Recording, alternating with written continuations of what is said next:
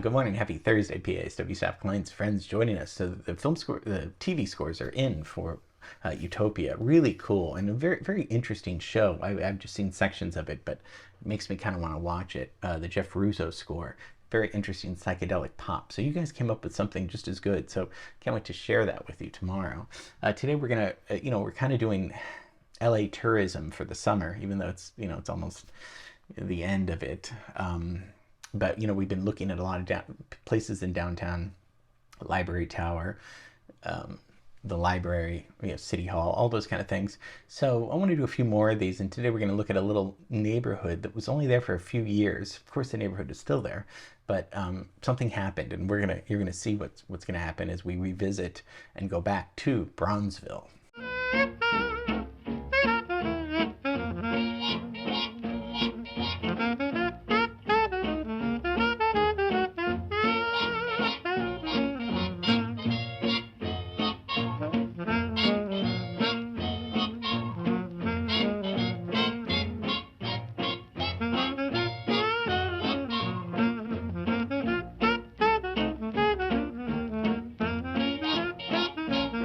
So Little Tokyo, just near downtown. Let's go over there. Let's leave San Francisco, where Mel Blanc was born, and let's go to Little Tokyo. So Bronzeville was a very short-lived black enclave in Little Tokyo during World War II. So Little Tokyo is originated around 1905 in downtown. That's when it becomes. And what's really cool about California is that California, it's the largest and most populous of 3 official Japantowns in the United States. So Little Tokyo is one of them, Japantown in San Francisco, and Japantown in San Jose. So we have a lot of diversity in our state, which is really cool. Japanese Americans settled there around in the early 20th century, Little Tokyo. So why during the war did black musicians, how did they come to be here during this time? Well, we know because of Pearl Harbor, Franklin Roosevelt signed an order opening internment camps where 120,000 Japanese Americans, mind you, were forcibly detained. So Little Tokyo was vacant because everybody was swept away. I mean, I think most of us know this. If not, we did have concentration camps here. I mean, in Inyo County, where Manzanar, and Dan Taguchi wrote a musical called Manzanar. And so how do black people get there? I mean, a lot of these African Americans they're able to move in because there weren't any housing restrictions there in Little Tokyo. They were able to fill these empty spaces because Little Tokyo was deserted. And so they opened hotels and restaurants, brothels, and most importantly, jazz clubs.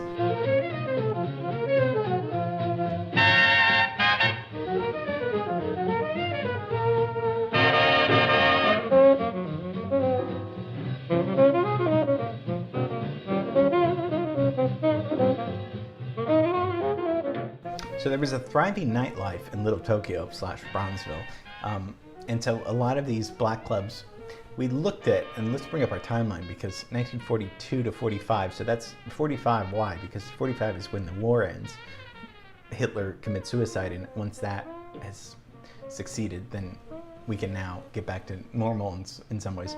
So the timeline, do you remember a long time ago we looked at the Dunbar Hotel? So that opens in 1928, and that is kind of, the Central Avenue Jazz. We had kind of something that would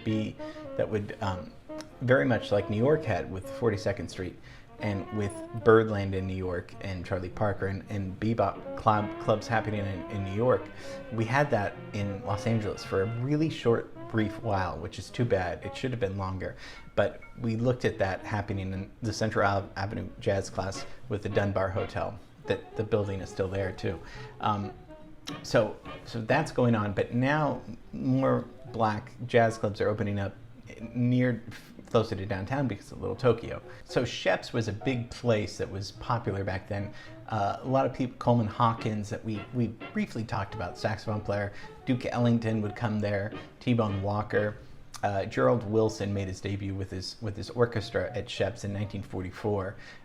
Gerald Wilson's a great big band leader that we'll talk about, but Count Basie, Judy Garland, I mean, movie stars would also love these jazz clubs too, and they would come down. And the big one was the Finale Club, and this hosted Charlie Parker in 1946 with Miles Davis. So as the war began to come to a close, the government eventually began allowing Japanese Americans to return to the West Coast, and they were able to reopen their businesses, which was unfair because these jazz clubs closed down, but then they needed their land back too.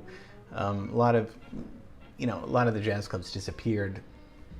African American community, went more toward Watts and Compton and South LA and those places. So I just thought we'd do a little bit of a hit. I'd never heard of Bronzeville, so Dan, thank you for introducing me to this little place where a lot of great music thrived, a lot of bebop.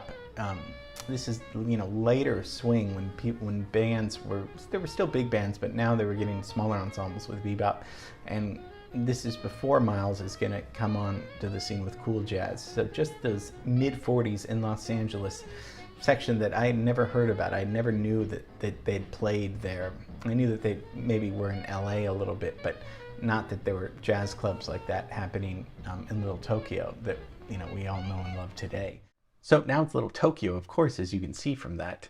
But Bronzeville from 42 to 45, and never knew before Taguchi, my teacher, that it was a huge jazz scene full of black culture, black music.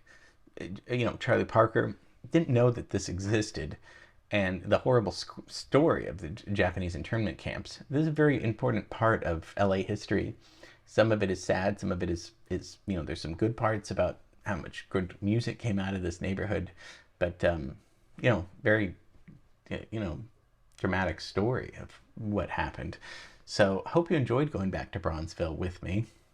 Tomorrow we see your TV scoring results for Utopia. Make it a great rest of the day, and see you tomorrow. Okay, bye.